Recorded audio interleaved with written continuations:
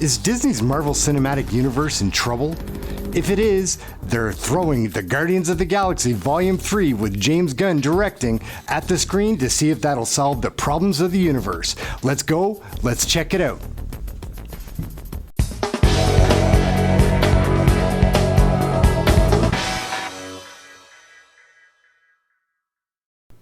It could be just me, but I've been finding the MCU movies recently haven't had quite the bite the old ones used to. Well, Disney's changed some things up. They got Kevin Feige back with James Gunn to direct his third installment of Guardians of the Galaxy Volume 3. Let's check out the story. It's pretty solid. We find the gang on Nowhere, their new headquarters. The Guardians are attacked by Adam, a sovereign warrior created by the High Priestess Aisha. After Adam critically wounds Rocket, he is stabbed by Nebula and flees. The Guardians cannot heal Rocket's wounds with their medpacks due to a kill switch embedded in him by OrgoCorp, a company helmed by a mad scientist and Rocket's creator, the High Evolutionary. The Guardians travel to OrgoCorp's headquarters to find the switch's override code and save Rocket's life. As Rocket lies unconscious, he recalls his past. As a baby raccoon, he was experimented on by the High Evolutionary, who sought to enhance animal life forms to create an ideal society called Counter-Earth. And that lays out the plots and main storylines of Guardians of the Galaxy Volume 3. So we've got James Gunn back with the Guardians of the Galaxy doing his third film in this franchise, and I've got to say, it's probably my favorite of the three. I was not expecting very much going into this movie. The bar has been lowered. My expectations have been lowered for the Marvel Cinematic Universe and what they've been releasing lately. I like all their movies. I'm a big fan. But my expectations have been lowered. It's just going to be an entertaining movie, I figure. But this was really good.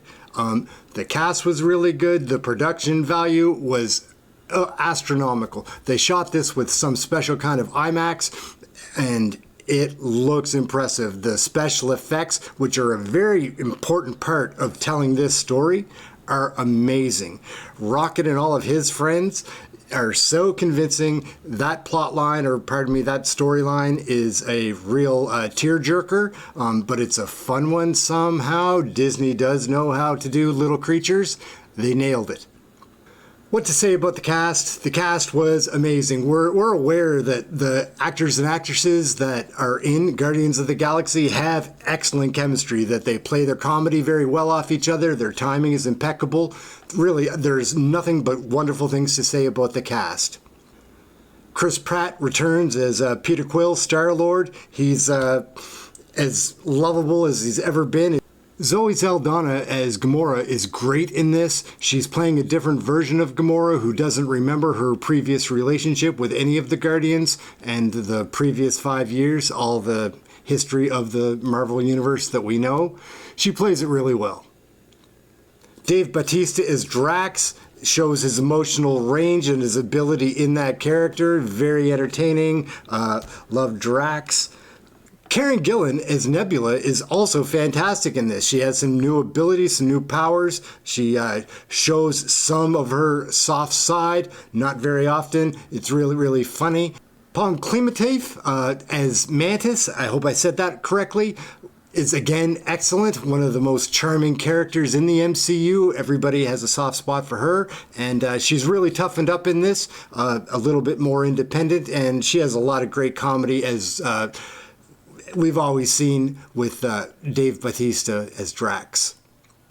Vin Diesel's back as Groot, and Groot in this movie really steps up his participation. He's quite a capable tree in this movie. It's, you know, the one line kind of always was old for me, but you like the Groot character, you cheer for him.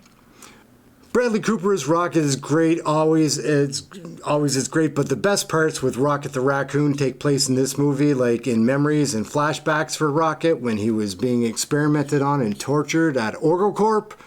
Sean Gunn plays a bit of a dual role in this. He plays Kraglin, who's very entertaining, gets a lot of camera time, actually, a lot of fun, and also voices the baby Rocket Raccoon who's being tortured at OrgoCorp.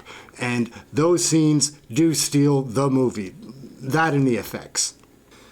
Will Poulter as Adam Warlock doesn't really get used. I think Will Poulter's a great actor, but in this role, which he did a good job for what he was required to do, but the character of Adam Warlock wasn't developed very well. Chukwunde Iweji as the High Evolutionary was really, really good in that role. You hated this guy, or very much disliked him, and he was torturing baby Rocket Raccoon. How can you not hate a person like that? So they nailed the villain in this movie. I really kind of got tired of him by the end, but you're supposed to get tired of the villain by the end. That's part of the role of the villain.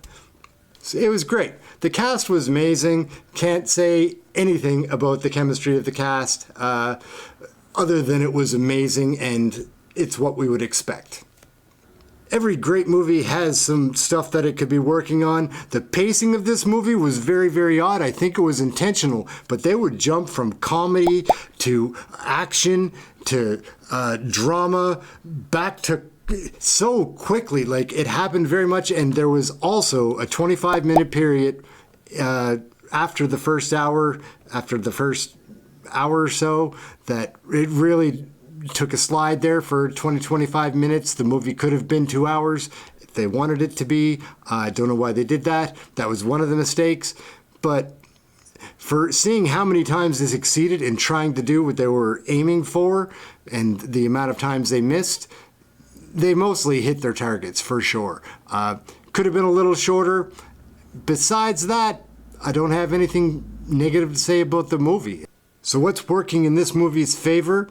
The cast, the plot line, the production value, the soundtrack, the special effects. They all blend very, very well into a great film. I liked it very much.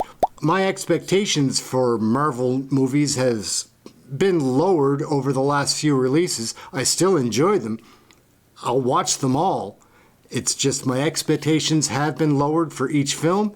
And I went into this not expecting much, and after the first hour, I can honestly say that I've not been more entertained by a Marvel Cinematic Universe movie. It's great.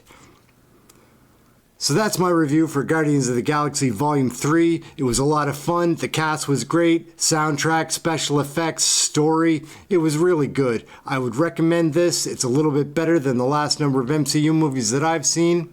Check it out.